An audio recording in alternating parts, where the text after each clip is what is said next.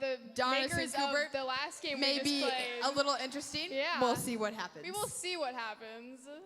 Okay, Here we go. so check it out. You still got the spider eggs on this thing? Ah! Look at the eggs! Ah! Get it! Get it! Get it! Yeah! They go on? Ah! Ah! No, they're gone, they're gone, they're gone. What's up, Jrnyth Middle Schoolers? Today, we are playing in the snow because, it's getting a little bit warmer. We're going into upper 40s, and, we gotta enjoy the cold while we got it. So, we're in our shorts, tank tops, hats, and yeah, let's get it going. Let's go! Ah!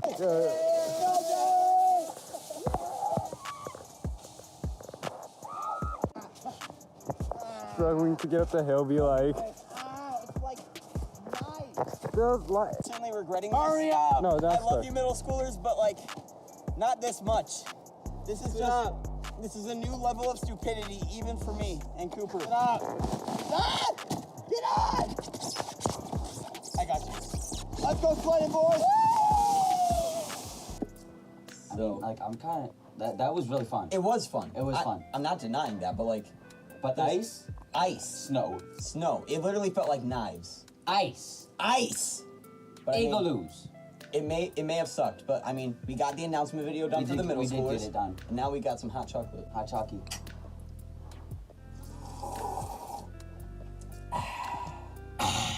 So, we've been having fun now, but yeah, I'm pretty sure there's some announcements that we gotta talk about. If you're not already in the Bible plan, it's really good. It's fire. It's focusing on how we can keep our fire going on after winter weekend, which was awesome. Oh yeah. Oh yeah. Oh yeah. Oh yeah. Oh yeah.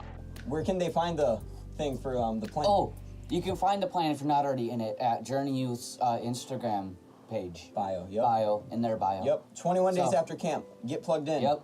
Comment. It's great to see what everybody's saying about it. How God's not done doing a new thing, even if we can't all be at camp every day.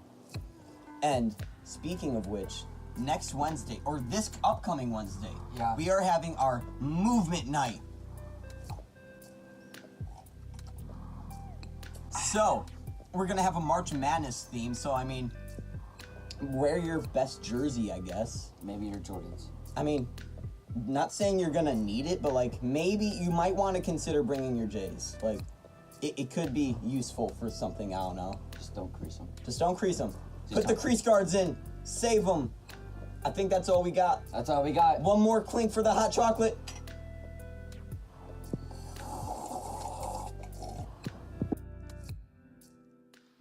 I have no words.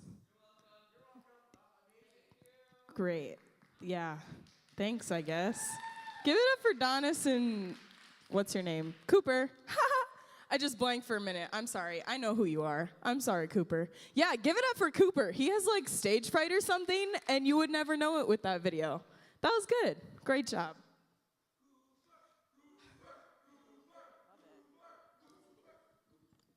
Hello. Hi. How we doing, friends? Good? Gucci? How we enjoying the weather? It's not cold anymore. Praise God. I was so over it. Even though there's snow, it's melting, so I'm okay with that. How many of you are in our Bible plan? Yeah? Okay. How many of you know what the Bible plan is? Nobody. So you're in it, but you don't know what it is. How many of you don't know what the Bible plan is? So if you're not in it, I'm assuming you don't know what it is. So how many of you don't know what it is? Okay, cool.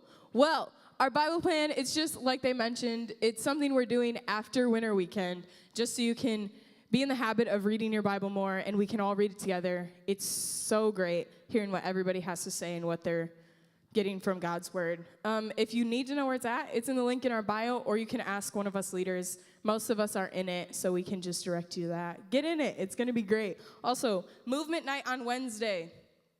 It's going to be awesome. Like they said, wear a jersey. If you need to bring your J's or your basketball shoes, go ahead. I'm going to be wearing mine. Not saying it's for anything specific, but if it were, I would suggest bringing them. It's going to be a fun time. Anyways, we're going to get into the message today. Last week we started our series talking about injustice, and it was basically just the first step to knowing injustice is seeing it. But this week we're going to talk about experiencing it ourselves, what to do when we experience it, and how it affects us. So first, I want to tell you a story about when I experienced injustice. And it's not like something super crazy. It's just when I was in middle school, it's something that happened to me that I feel like a lot of us experience. I was just in class one day, and has it ever happened to you when you're in class and your friends are talking, and it's the exact moment that you start talking and you like say something to them, or you put one little comment in the conversation and the teacher looks you dead in the eyes and they call out your name instead of everybody else's? Has that ever happened to anybody else? Yeah, that used to happen to me. Yeah, me too. They always used to put on my report cards like talkative and disruptive. I mean, sometimes I was, but sometimes it was just at the wrong moment. Like, they looked at the exact moment that I said something when the rest of the class, I was quiet. And that was just a moment where I thought that was unfair. I was like, all these people are talking right now, and I told them to stop, and now I'm getting in trouble? That's whack. I'm mad. I'm upset. That is injustice. Now, I know some of us may not experience that exact thing, or some of us do on a daily basis, and that's okay. But maybe some of us experience other things that we consider injustices. Sorry, I just lost my spot. So we've said that injustices, basically the definition, are things in our world that are unfair, unequal, or just not right. So it could be things like when we see somebody being bullied at school for the way they look or for the way they talk. That's an injustice. Or it's making assumptions about someone based on the color of their skin, like all the racial injustices that we've been dealing with this past year. That's an injustice. Things like students that go to sleep hungry or don't have enough to eat. That's an injustice. Things like people stuck in a lifetime of poverty, not being able to buy new clothes every day like the rest of us. That's an injustice. Injustices are things that we see and make us think like, whoa, that's not right. Somebody should do something. That is wrong, and it shouldn't be happening. Maybe you know injustice because you've seen it, you've heard about it, or you've personally experienced it. And none of them is worse than the other. Like, just because you've seen it but you haven't experienced it, that doesn't make you a bad person. It doesn't make you a bad person if you have experienced it or you haven't. It just makes us people. And maybe it's you. Maybe it's you that last week you were here and we talked about seeing injustice, but you were like, well, I experience it, so what am I supposed to do? How do I fit into this if I go through that every single day? What am I supposed to do if injustice is happening to me? Unfortunately, that's something that we have to ask nowadays because everybody is going through something. It's something that we've experienced before or we're experiencing now. So I just want to do a little, activity. It's nothing too crazy, but I want you to pull out your phone. If you have a phone, pull it out, and I want you to turn your flashlight on. If I can get the house lights down, please. It's going to get dark, so if you're scared of the dark, sorry. Okay? So I'm going to if you have your phone, turn your flashlight on. If you don't have a phone, you can just raise your hand when I ask. I can still see because your lights are on now. And I want everybody to close your eyes. Close your eyes. I promise I can see you, so if you're peeking, I might come and tap you on the shoulder. So I'm going to say a couple things, and I want you to, if you agree with the statement or if it's something that you experience, I want you to hold your flashlight in the air and keep it there. Nobody's looking except for me. This isn't like me coming at you. This isn't us sharing all our deepest, darkest secrets. But if you are affected by this, I want you to raise your flashlight or raise your hand. Raise your light if your school can't afford to give students laptops or tablets, but other schools do. Okay. Raise your light if you don't have access to a tutor, but your friends do, and you struggle in school. Raise your light if you have to wear the same clothes every day, but it seems like everybody else you know gets new clothes all the time. Raise your light if your family can't afford for you to play sports or participate in a hobby that you want to participate in. Raise your light if your family is struggling to pay their bills or provide food for everyone. Raise your light if you've been taken away from your parents and placed in the care of someone else. Raise your light or your hand if you've been abused or mistreated or hurt. And I promise nobody is looking. Raise your light if you've been made fun of because of the neighborhood that you live in. Raise your light if you've been bullied in person. Raise your light if you've been bullied on social media.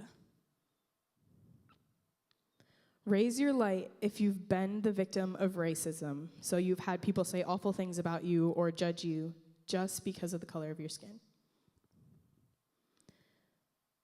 Okay, I want everybody to raise your hand and raise your light. Okay, open your eyes and look around. All of us have experienced injustice in some form, and maybe not all of them are as extreme as the other, but all of us have experienced injustice.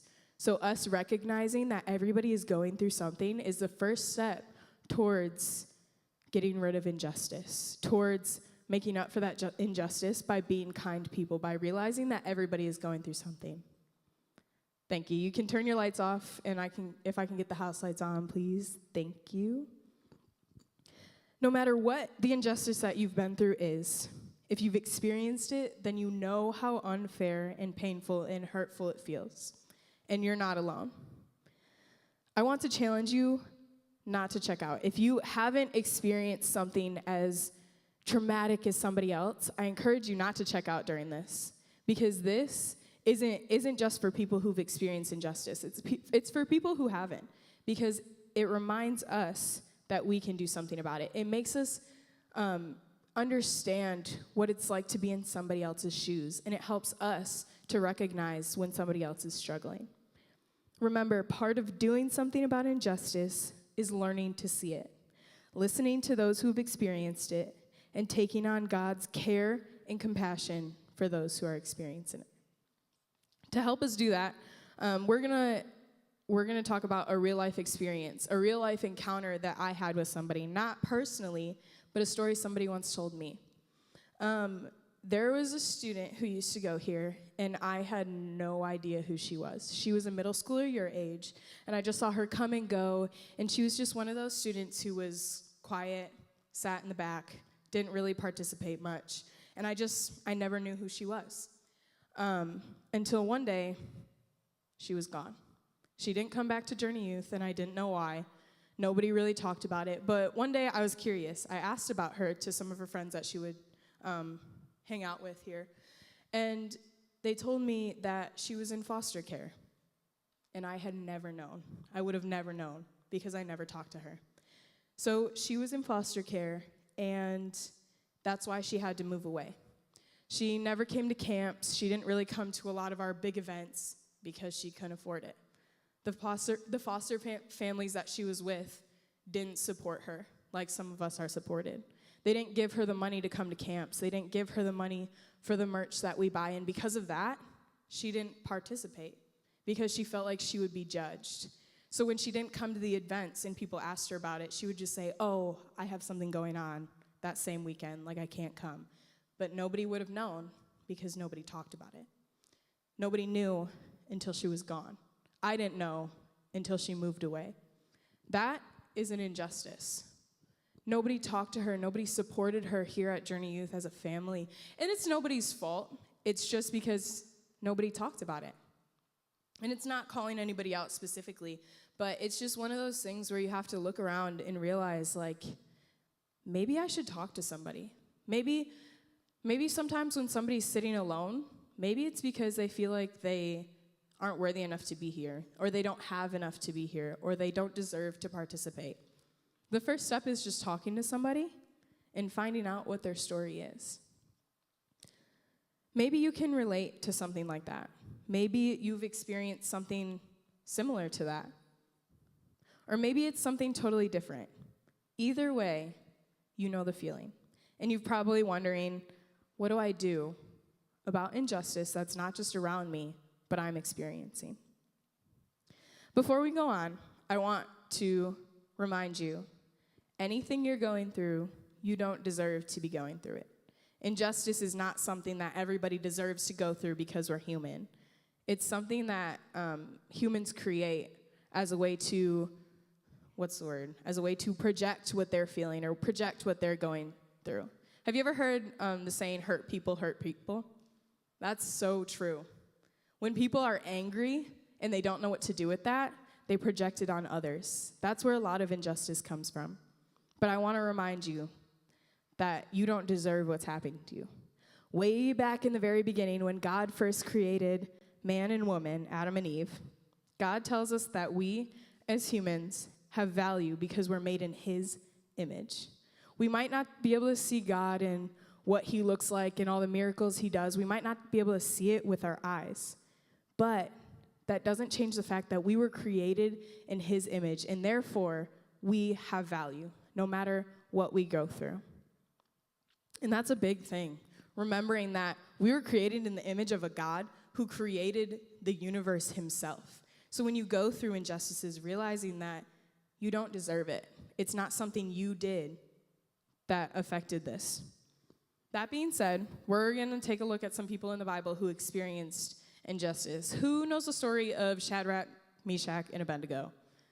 Yeah, it's a pretty simple church story. If you grew up in church, everybody heard it. They made you remember the story for, what's it called? Sunday school. That's what it's called. I used to go to Sunday school. That was a fun time. So, in ancient times, there was this crazy king named King Nebuchadnezzar. We're going to call him Neb because the name Nebuchadnezzar is whack, and having to say that a million times is not fun. So we're going to call him Neb. So King Neb, he conquered and captured God's people. We all know the story. He was very rich. He was used to getting his way. And at one point, he built a statue. It was like 90 feet tall, made of solid gold. First of all, I don't think that much gold exists. I could be wrong, but that's a lot of gold. 90 feet tall is way bigger than this building.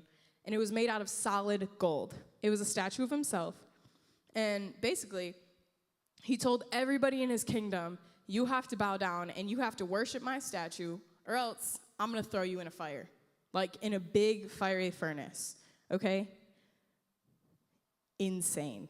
This dude was out of his mind. Like, in today's age, he would probably need therapy because he was so crazy.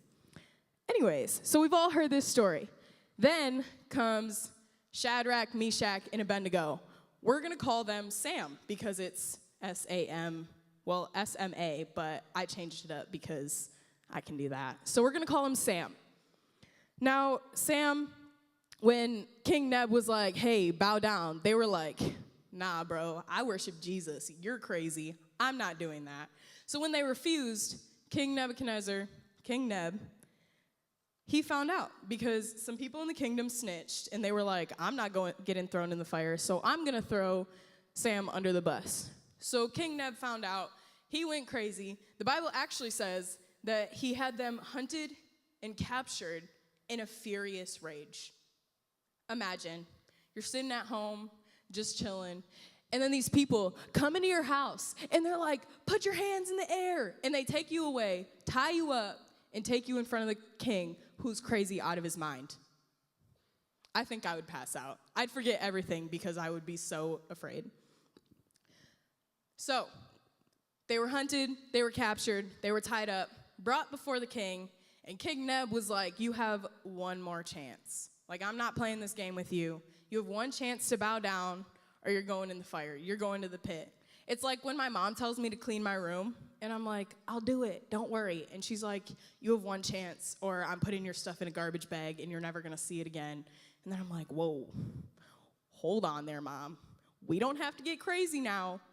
But with that, in that instance, I cleaned my room, because obviously I don't want my mom to throw away all my stuff. But in the Bible, it says that Shadrach, Meshach, and Abednego stood up for their faith. They stood with God, and they were like, I worship a God who's bigger than all this. I believe in a God who can take me out of this. And nothing you say, King Neb, as crazy as you are with your big old fiery furnace, you can't scare me. So King Neb went even crazier than he already was, tied him up so they wouldn't be able to escape, and threw him in the fire. The fire was so hot, that when they opened the doors, the soldiers that threw him in burned up to ashes in front of their faces. Like literally, poof, pile of ashes. I would not want to work for the king. That's all I'm saying. That's insane. So they were thrown in the fire, and that was an injustice. Because they stood up there for their faith, because they stood with God and they refused to bow down, they got thrown in the fire. And this was considered an injustice. It was unfair. It was crazy. Like, you're going to throw me in a fire because I'm not going to worship you? That's a little psycho, if I do say myself.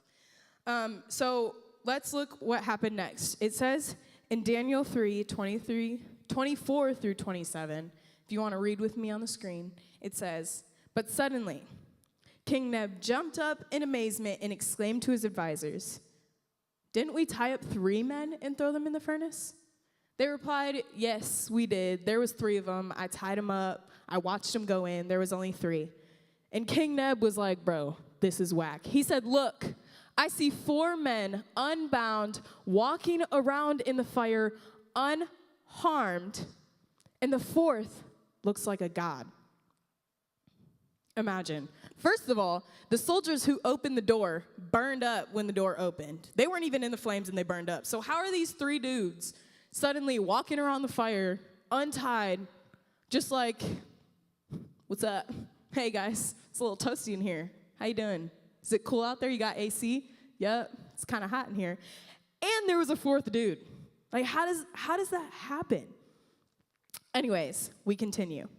So then King Neb came as close as he could to the door of the flaming furnace and shouted, "Shadrach, Meshach, and Abednego, servants of the Most High God, come out. Come here." So Shadrach, Meshach, and Abednego stepped out of the fire. Then the high officers, officials, governors, and advisors crowded around them and saw that the fire had not touched them. Not a single hair on their heads was singed, and their clothing was not scorched. They didn't even smell of smoke. Now, we have no idea who exactly was in the fire with them. It could have been God. It could have been Jesus. It could have been an angel or someone else. We don't really know because that was way back in the day. There were no pictures, no Snapchat to record like, "Oh, shoot, let me get a video real quick." No, there was none of that. So we have no idea. But one thing that we do know is God did not let them be alone in their situation. He didn't leave them in the fire to burn by themselves. He didn't let them suffer or experience the injustice by themselves. And that's a big deal because it shows that the same is true for us. We don't have to experience injustice alone. In other words, when you experience injustice, you don't have to face it alone. There are people here to walk with that with you. In fact, Jesus demonstrated that when he came to earth. He came to be a God here for us. He came to be Jesus, the Most High King, the Majesty, the one who sits on the throne, the one who created the universe. He came to be Jesus. He could have came and had a staff and been like, "Bow down to me." But instead, he came as a baby. He came as a person who would experience all the things that we experience, including injustice. Scripture actually tells us that he understands how we feel when we're treated unfairly, and he stands with us in it. He goes into the fires of injustice right beside us, so we don't have to do it alone. You don't have to do it alone. I love the story about Sam because when you take a closer look, every single person in it had a different view of how the injustice may look. And maybe you totally relate to Shadrach, Meshach, and Abednego, the guys in the fire. Maybe you've experienced the suffering that goes along with injustice. Maybe you're experiencing it right now. If that's you, I want you to remember these few things, okay? I just have 3 things that I want you to remember. 1, know that God is with you. He hears you. He made you in his image. And that means that no matter what you're experiencing, you have value, you have worth, and you are deserving of respect. And God doesn't want you to walk through that alone, okay? Know that God is with you. Number 2, share what you've experienced. If you're experiencing injustice right now and you're dealing with injustice that's happened to you maybe in the past and not right now, we're glad you're here because we want this to be a safe place where you can talk about it, whether it be with your small group or one of us leaders or one of the pastors, or even just coming to the altars and talking to God about it. It doesn't have to be a person, but we want you to know that this is a safe place where you can talk about it. And number 3, keep going. The guys in the fire never stood down. Even when King Neb was like, bro, you have one more chance. They were like, nah, dude. Throw me in the fire. See what happens. Do it. I dare you. You won't. And he did. And they got through it because they kept believing that their God is bigger than anything that they're going through. Maybe whatever you're going through, maybe the solution is talking to a leader. Maybe it means creating a group chat with friends. So when you're going through something, you can say, hey, I need help going through this. What's something I can do to get through this and just get to another day? Maybe that something is joining an organization that's already dealing with what you're going through, that's working towards stopping what you're going through. Maybe that's it. Just remember to keep going. Of course, we all know there's another character besides Shadrach, Meshach, and Abednego. There's King Neb. Now, of course, none of you are throwing people into a raging fire. I hope to God none of you are throwing people in a raging, burning fire, because that's a different conversation, okay? If you are, we'll talk. Anyways. Now, none of you are throwing people in a fire because they won't worship your statue. But I think that we've all been in times where, if we're honest, we were the bully. If we're honest, we were the ones who judged based on what somebody looked like. Maybe you were the crowd that was watching. Maybe you weren't bullying somebody. Maybe you were somebody standing in the hallway and you saw what happened and you chuckled a little bit. Maybe you were somebody who saw it happen and didn't do anything. That is injustice. And we're not here to call you out. We're not here to say, oh, you're a bad person. You need to fix yourself. You need to check yourself before you wreck yourself. But we are here to say that we want you to understand injustice is not something that we bring upon ourselves. It's brought on by other people. We want you to understand that people are people the same as you. Everybody bleeds the same. Something hurts everybody's feelings. So if you are one of those people, you can change. Maybe the best thing that you can do, the best step that you can take is stop contributing to it. Stop being a bully. Stop laughing when somebody gets bullied. Stop gossiping. Stop standing by and not doing anything. You deserve forgiveness too. Just like people who are going through something, you don't deserve what you're going through. People who cause it, you deserve forgiveness, but you also have to want it. You can come to God and you can ask him to forgive you, but you also have to take that step to change it. You can't just say, God, forgive me, and then the next day go back and do the same thing and say, God, forgive me, I'm sorry for what I've done, and then the next day go back and do the same thing. You have to take that step to stop it. You have to stop contributing to injustice. Remember, when you experience injustice, you don't have to face it alone. Today, when we go into our small groups, it has the potential to be one of the deepest conversations we've had. And I know sometimes it's hard to focus. It's a Sunday morning. We're all hungry. We were up early for church. Crazy stuff. But today has the potential to get really personal. It has the potential to create a deeper bond with your small groups than before. It has the potential to be a really great conversation, a freeing conversation for some people. So I encourage you to be honest, to be open. And if you don't want to talk in a big group, that's okay. You can grab a leader before you leave, before we all leave. You can talk to me. You can talk to one of the pastors. If you want to talk to somebody individually, that's okay too. Just know you don't have to go through it alone. So I'm going to pray real quick, and then I want you to remember this question as we go into our small groups. What's one thing that you or someone else or someone you know has experienced that is an injustice? What's one injustice that you or someone you know have experienced?